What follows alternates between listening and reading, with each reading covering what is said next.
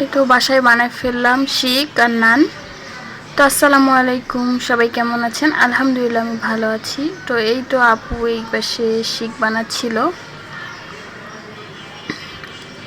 তো এই কাঠিগুলো আগেই ছিল, তো আমি এগুলো এখন হালকা করে সেকবো হালকা করে, পরে যখন আমরা খাবো তখন একটু ভালো করে করে নেব। তো এই তো এগুলো আমার আগে ছিল।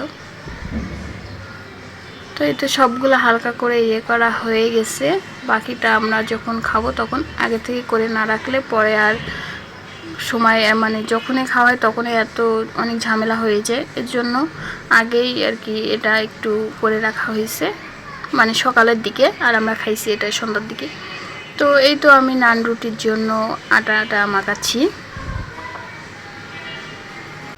তো আমি এখানে সব কিছু দিয়ে নিয়েছি। আমার প্রায় তো আটা মাখানো শেষ, তাই ভাবলাম আপনাদের সাথে শেয়ার করি আমি নান রুটি কীভাবে বানাই বাসায়।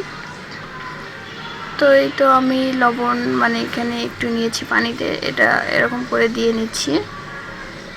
আর নান রুটিটা এভাবে আমি সেঁকে নেব। খুবই সুন্দর হয় এটা, একদম বাইরের মতো। তো এভাবে আমি সবগুলা নান রুটি বানাবো। এই তো এই পাশে ফুলে যাচ্ছে, আর বাকি পাশটা আমি একটু উপর দিয়ে এভাবে করে নিব। কালারটাও খুব সুন্দর এসেছে, একদম বাইরের মতো।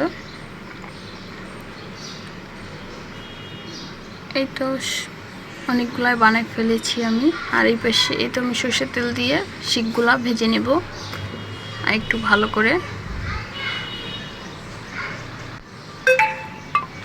অনেক সময় চাপ দিয়েই খাই বেশিরভাগটা, আজকে আমরা এই তো শিক দিয়েই খাবো। আর সাথে ছিল সালাদ।